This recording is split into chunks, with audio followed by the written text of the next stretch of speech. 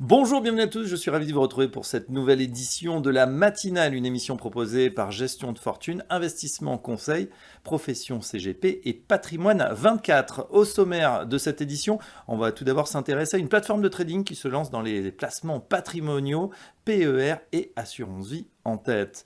Ensuite, on se tournera du côté des petites et moyennes valeurs. Est-ce que c'est le moment d'investir et pourquoi pas investir sur ces petites et moyennes valeurs au Japon? Enfin, on verra comment votre épargne peut servir à la transition de l'industrie vers le bas carbone. Ce sera dans un instant. La matinale, c'est parti.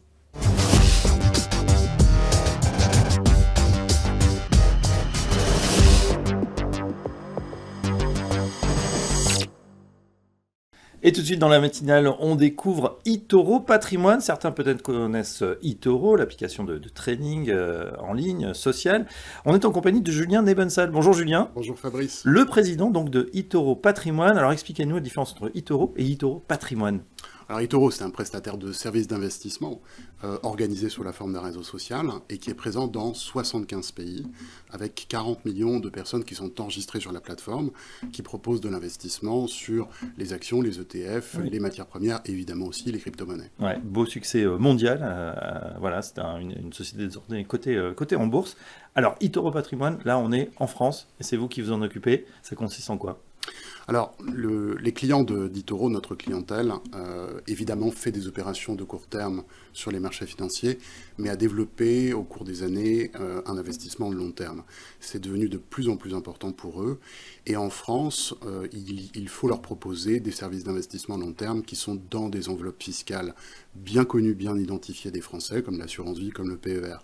Et c'est pour le développement de ces produits, dans le cadre d'une implantation en France qui va se développer, puisque la France est un marché très important pour eToro, oui, que nous avons créé une filiale dédiée justement aux produits de patrimoine qui s'appelle eToro Patrimoine. D'accord, c'est très clair. Alors justement, vous l'avez dit, ce que vous proposez à vos clients sont les deux poches fiscales, on va dire, de prédilection.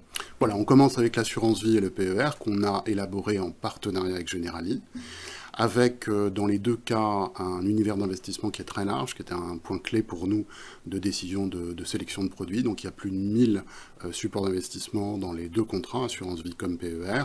On a aussi proposé des tarifs qui sont extrêmement adaptés, notamment à l'épargne retraite, puisqu'on est à 0,5% de frais de gestion sur le plan d'épargne retraite, ce qui nous positionne probablement parmi les plus compétitifs du marché.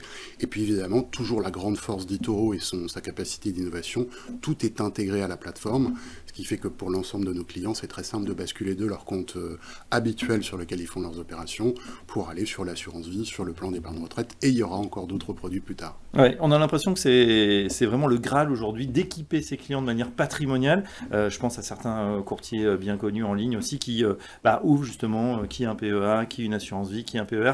Ce sont des poches à disposition comme ça qu'on donne à ses clients. Oui, alors on dit souvent, parfois à juste titre d'ailleurs, que les Français ont une éducation financière insuffisante. Et en fait, il y a un grand travail qui a été fait par les professionnels, dont nous faisons partie, puisque nous avons par exemple chez eToro l'Académie eToro, qui est une bibliothèque considérable de contenu pour l'éducation financière. Plus on apprend aux gens justement comment gérer son épargne, en fait, plus ils le comprennent et ils le font. Et c'est pour ça qu'il y a une demande qui est croissante sur ces produits, qui vient de cette éducation financière, et c'est tant mieux. Julien, je ne peux pas m'empêcher de vous poser cette question sur cette rentrée politique à haut risque, qui a quand même des effets économiques. On en a vu la preuve tangible ce vendredi avec la dégradation d'une des agences de notation Fitch sur la note de la France. Est-ce que justement ça influence le comportement des épargnants? Est-ce que vous voyez des tendances, peut-être des gens qui mettent justement un petit peu plus dans ces produits d'épargne patrimoniaux? Alors évidemment, on a vu, nous, dès le lancement des produits, un engouement très très fort qui nous a surpris en quantité. Mais quand vous dites ça, vous pensez notamment au fait que le taux d'épargne des Français est à 17-18%, bien au-delà, 18,9, bien au-delà de la moyenne européenne. Et on le voit souvent, ce chiffre, comme quelque chose d'un peu négatif, un peu anxiogène. C'est pas faux, hein. Mais si, déjà, la première chose que je veux rappeler dans ces cas-là, c'est si on ajoute à ça ce qui est consacré au remboursement du crédit immobilier en France, qui est en moyenne de 20-25% des revenus, on obtient finalement une préoccupation pour les Français de leur avenir à hauteur de 40%. Eh bien, je trouve que c'est une très bonne chose. Ça veut dire que la plupart des ménages construisent leur patrimoine et organisent bien ça. Alors après, le fond de la question, c'est 17-18%, est-ce que ça traduit une anxiété? La réponse est oui. Évidemment que par rapport à 13% en Europe, qu'on soit à 18%, n'est pas une particularité française au sens du comportement, on va dire, national, ou des gens qui sont de nationalité française. C'est effectivement, on retrouve ça dans la théorie économique avec ce qu'on appelle l'équivalence ricardienne, mais sans rentrer dans le détail. Les ménages, quand ils savent que le niveau d'imposition risque de progresser quand les finances publiques ne sont pas proches de l'équilibre, ce qui est le cas en France, Oui. ont tendance à épargner un peu plus, parce qu'elles se disent, il y aura quelque chose qu'on aura en moins plus tard. Soit, par exemple, moins de retraite, soit plus d'impôts. Et c'est un comportement qui est extrêmement rationnel. Donc on peut, je pense, attribuer ce taux d'épargne à une compréhension rationnelle par les épargnants français de l'avenir. Il y a une autre courbe qui est intéressante, c'est la courbe de l'affaire. Trop d'impôts tue l'impôt. Là aussi, il faut faire attention à ne pas arriver à cette limite où les gens vont se dire, bon, bah là, on ne fait plus rien parce que visiblement, ça ne va pas payer demain. Et je pense qu'elle est bien connue par tout le monde, et c'est parce que nous sommes à cette frontière que nous avons en ce moment des difficultés à progresser, ces difficultés qui génèrent l'anxiété que je décrivais, et donc un taux d'épargne élevé. Est-ce qu'il y a une classe d'actifs de prédilection dans ces conditions? Traditionnellement, on a les actions, les obligations. Avec la nouvelle enveloppe, c'est vrai qu'on a le choix, apparemment. 1000 supports, on peut tout faire. Est-ce qu'il y a quelque chose qui n'est pas recommandé, mais que vous observez en ce moment? Alors, ce que je peux dire dans ce qu'on observe déjà chez nos clients, la première chose, c'est qu'on fait une étude chaque trimestre, et là, on a en France 43% de nos clients qui disent suivre l'actualité quotidiennement pour pouvoir ajuster leur placement. Donc c'est une chose qu'on considère très bonne. Ça veut dire qu'il y a vraiment une préoccupation, une envie de comprendre et d'agir. Oui. D'un autre côté, et c'est pour relier ça à la question de l'allocation que vous donnez, ce n'est pas toujours l'information du jour qui doit guider l'allocation à long terme, notamment en matière de retraite. Donc ce qu'on voit, nous, chez nos clients, dans leur ouverture de PER d'assurance vie, on les voit aller spontanément vers les profils de risque qu'on leur recommande.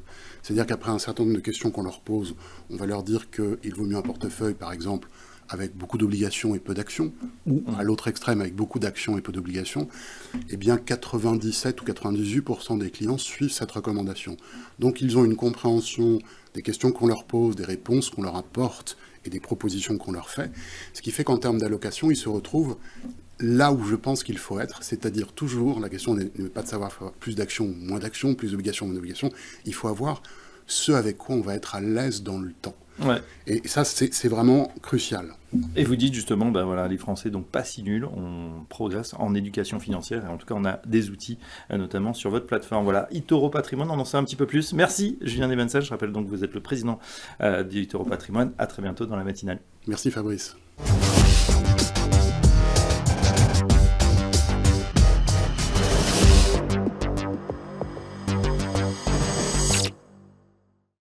Et tout de suite dans la matinale, on s'intéresse à ce qui se passe du côté des petites et moyennes valeurs, des émergents et du Japon avec notre invité, Louis Michelin. Bonjour.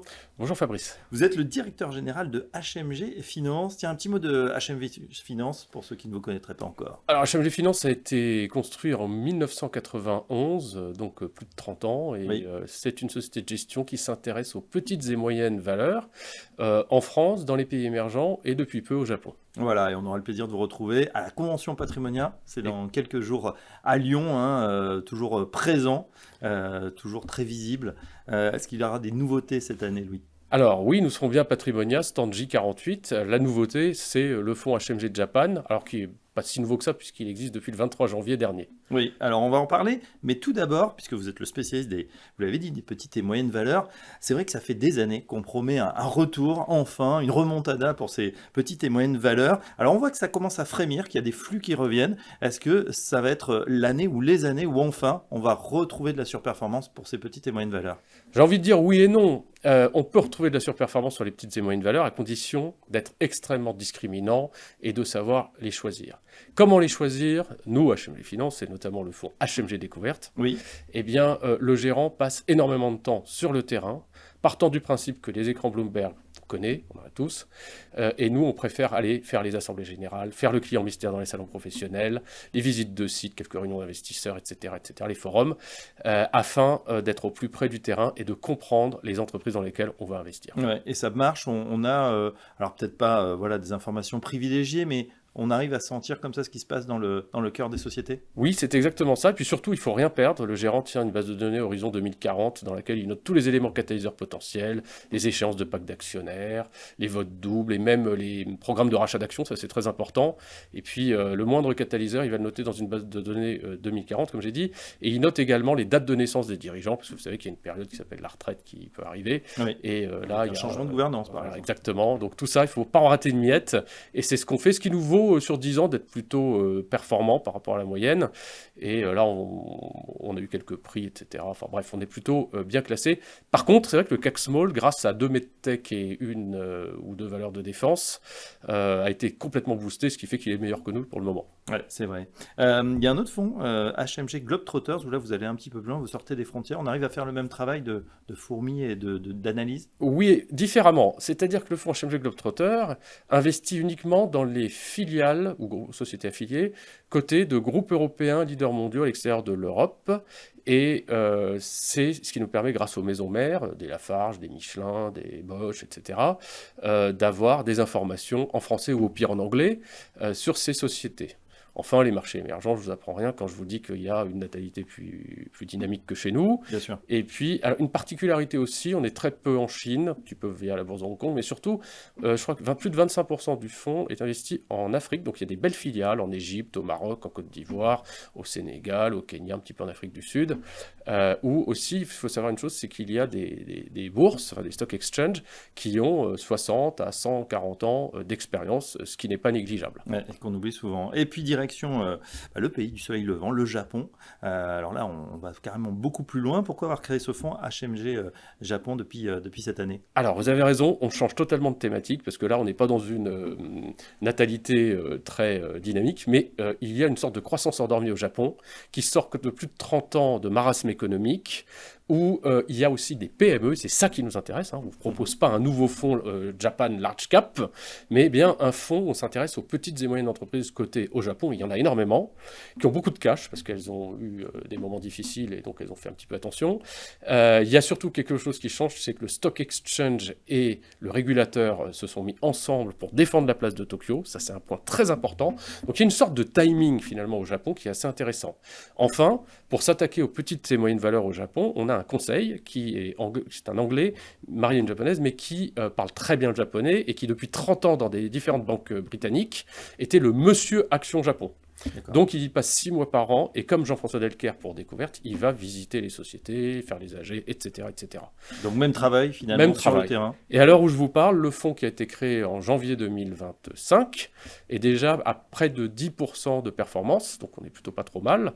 Et c'est encore une fois une stratégie diversifiante comme HMG sait en proposer. Et ben voilà, en tout cas, si vous voulez diversifier votre patrimoine, pourquoi pas avec du Japon et des petites entreprises, HMG Japan est là. Merci à Louis Michelin. Je rappelle que le directeur général de HMG Finance a retrouvé donc à Patrimonia très bientôt et à très bientôt sur la matinale. Merci à vous, à bientôt.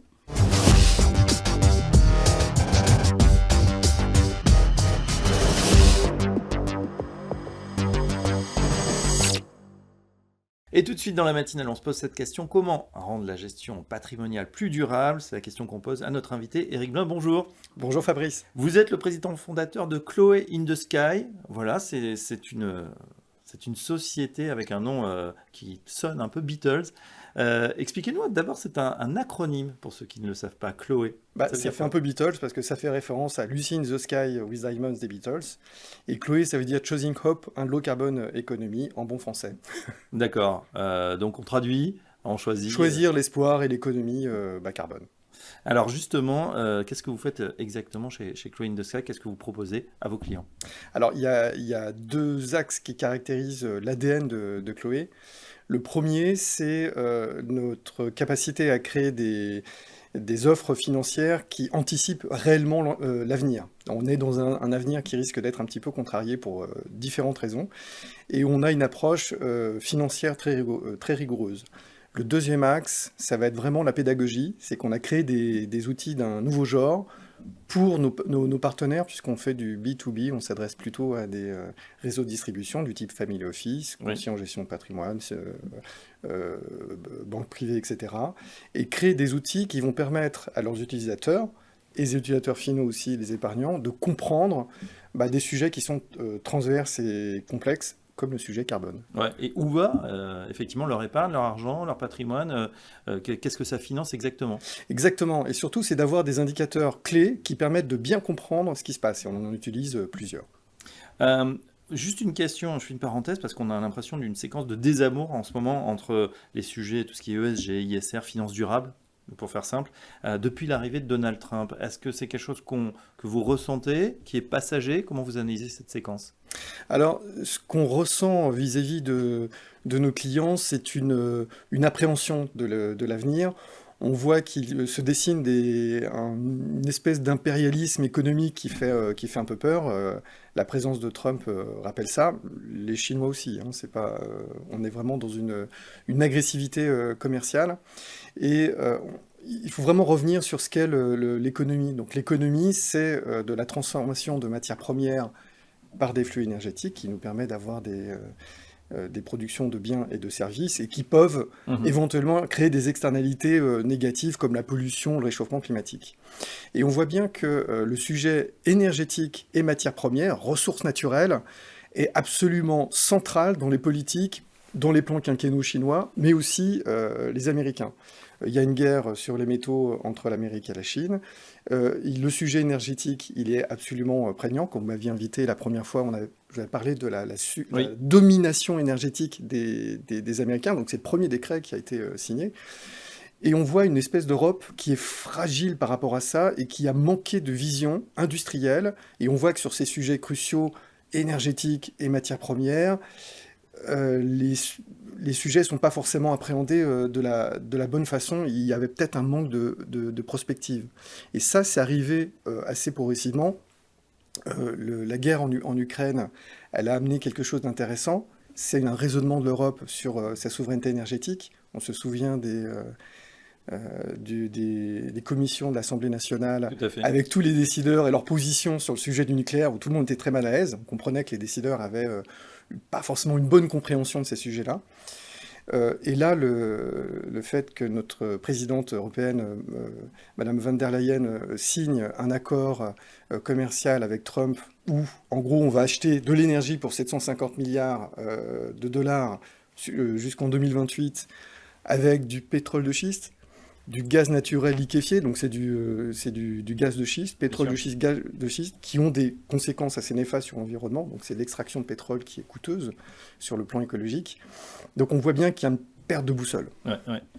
Justement, face à ce constat, comment on peut faire, nous, nous, ou plutôt vos clients d'abord, les conseillers en gestion de patrimoine, qui vont aider leurs clients justement à apporter leur pierre à l'édifice, peut-être à décarboner, tout en continuant à rester souverain au niveau en tout cas énergétique ou politique ou militaire. Fabrice, en fait, c'est qu'il y a des solutions. C'est ça, c'est dommage, c'est qu'il peut y avoir un désamour de la durabilité parce qu'on se dit c'est une contrainte de plus dans un monde où il y a une concurrence commerciale féroce. Donc on se tire une balle dans le pied. Et en fait, non. C'est ça qui est dommage, c'est que dans la durabilité, il y a des concepts qui permettent justement d'être beaucoup plus forts par rapport aux contraintes que nous allons avoir. Donc l'économie reposant sur le duo énergie et matières premières, il y a des sujets qui permettent de bien comprendre et d'anticiper l'avenir et d'utiliser les bons indicateurs. Et il y en a un qui est absolument fabuleux, c'est le sujet carbone. Pourquoi ? Parce que le sujet carbone, il va être malin, quand on parle de carbone, on pense tout de suite au climat, l'alignement de température, essayer de faire en sorte que nos économies émettent le moins de gaz à effet de serre. Mais en fait, le sujet carbone va analyser à la perfection la capacité qu'auront les entreprises à rationaliser leurs matières premières. Donc une entreprise qui réduit sa pression sur l'eau, les métaux, les hydrocarbures, la biomasse, etc., le sable, va réduire ses gaz à effet de serre. Or, on est dans une planète finie. Et il va falloir composer avec quelque chose, qu'on veuille ou non, c'est que l'économie ne peut pas violer les lois de la physique. Donc dans un espace fini, il va falloir qu'on compose avec cette sobriété. Or, le carbone est capable d'identifier les secteurs et les entreprises qui sauront composer avec cette sobriété qui va s'imposer à nous. Et voilà, bah écoutez, en tout cas c'est passionnant, Éric Blin, on comprend en plus que vous avez des outils, on en reparlera pour comprendre mieux justement cette empreinte carbone et peut-être mieux piloter son épargne. Voilà Éric Blin, donc merci, je rappelle que vous êtes président fondateur de Chloé in the Sky et à très bientôt dans la matinale. À très bientôt Fabrice.